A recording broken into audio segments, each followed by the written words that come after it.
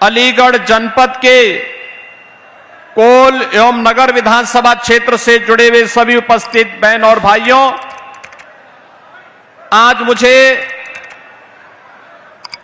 इस जनपद में विकास की परियोजनाओं की समीक्षा, नए विकास के कार्यों को स्वीकृत करने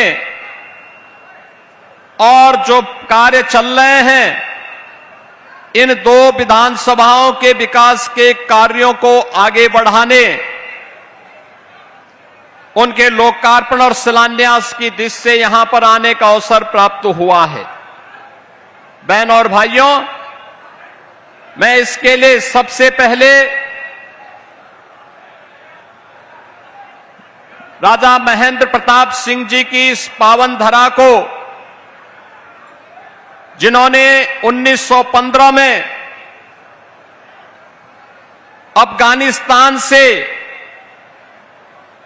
भारत की एक निर्वासित सरकार का गठन करके भारत की आजादी का शंखनाद किया था, ऐसे राष्ट्र नायक राजा महेंद्र प्रताप सिंह जी की स्मृतियों को नमन करता हूं, उन्हें विनम्र श्रद्धांजलि अर्पित करता हूं। बहन और भाइयों, बाबा खैरेश्वर महादेव, बाबा चलेश्वर महादेव और यहां की आध्यात्मिक परंपरा से जुड़े हुए उन सभी पौराणिक स्थलों को, जिन्होंने इस जनपद को एक नई पहचान दी है, उस पहचान के लिए और इस जनपद को विकास की नई ऊंचाइयों को पहुंचाने के संकल्प के साथ एक सामान्य किसान परिवार में जन्म लेकर के अलीगढ़ को स्वतंत्र भारत में एक नई पहचान दिलाने का कार्य किया था, ऐसे सरदेव बाबूजी कल्याण सिंह जी की स्मृति को भी नमन करते हुए उन्हें विनम्र श्रद्धांजलि अर्पित करता हूं। बहन और भाइयों, आज यहां पर कोल और नगर विधानसभा क्षेत्र से जुड़े हुए कुछ विकास परियोजनाओं का उपहार आपको प्राप्त हुआ है। विकास की प्रक्रिया रुकेगी नहीं, थमेगी भी नहीं, ये अनवरत आगे बढ़ेगी और इसी संकल्प के साथ ये डबल इंजन की सरकार प्रधानमंत्री मोदी जी के नेतृत्व में काम कर रही है। बहन और भाइयों, मैं तो धन्यवाद दूंगा यहां के कारीगरों को, यहां के हस्तशिल्पियों को, जिन कारीगरों और हस्तशिल्पियों ने अपने परिश्रम से, अपनी दूरदर्शिता से अलीगढ़ को पहले ताला नगरी के रूप में और फिर हार्डवेयर के एक वर्ल्ड क्लास सेंटर के रूप में विकसित करके उनके विजन को आगे बढ़ाने के लिए प्रधानमंत्री मोदी जी ने डिफेंस मैन्युफैक्चरिंग कॉरिडोर का एक महत्वपूर्ण नोड अलीगढ़ के लिए स्वीकृत किया है। यानी अलीगढ़ अब भारत की रक्षा आपूर्ति का भी केंद्र बिंदु बनेगा और अलीगढ़ के माध्यम से न केवल भारत रक्षा क्षेत्र में आत्मनिर्भर बनेगा, बल्कि भारत की सुरक्षा के लिए जो भी रक्षा सेनाओं की आवश्यकता पड़ेगी, उस प्रकार के हथियार उन्हें उपलब्ध करवाने और उस प्रकार के उपकरण उन्हें उपलब्ध कराने में अपना योगदान देने के लिए, यहां के सामर्थ्य का परिचय देने के लिए भी अब अलीगढ़ तैयार है।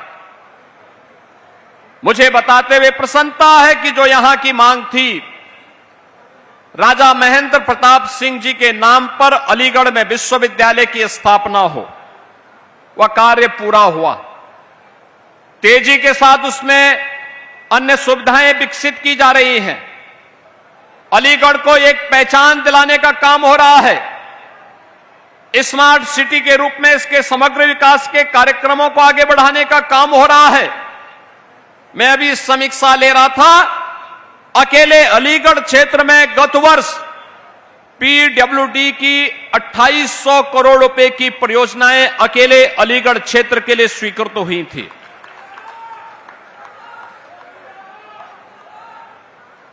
भारत सरकार के राष्ट्रीय राजमार्ग और सड़क परिवहन विभाग के द्वारा 6 लेन के हाईवे के निर्माण का कार्य भी तेजी के साथ आगे बढ़ा।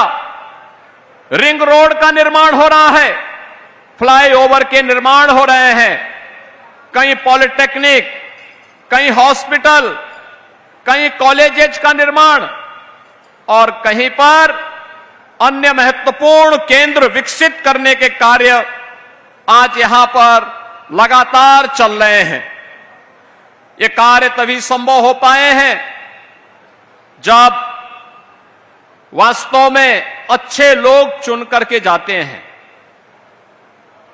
जिनका विकास का एक दृष्टिकोण हो, विकास जिन्होंने अपने जीवन का हिस्सा बनाया हुआ हो, वही विकास के लिए कार्य भी कर सकते हैं। ये डबल इंजन की सरकार विकास के उस विजन को मजबूती के साथ आगे बढ़ाने के लिए युद्ध स्तर पर कार्य कर रही है। और आज अलीगढ़ में इन दोनों विधानसभाओं क्षेत्र के लिए ये लगभग 462 करोड़ रुपए से अधिक की 85 परियोजनाओं को लेकर के हम सब आपके बीच में यहां पर उपस्थित हुए हैं। बहनों और भाइयों, हमें विकास और विरासत की प्रधानमंत्री मोदी जी के विजन को प्रभावी ढंग से आगे बढ़ाने के लिए कार्य करना होगा।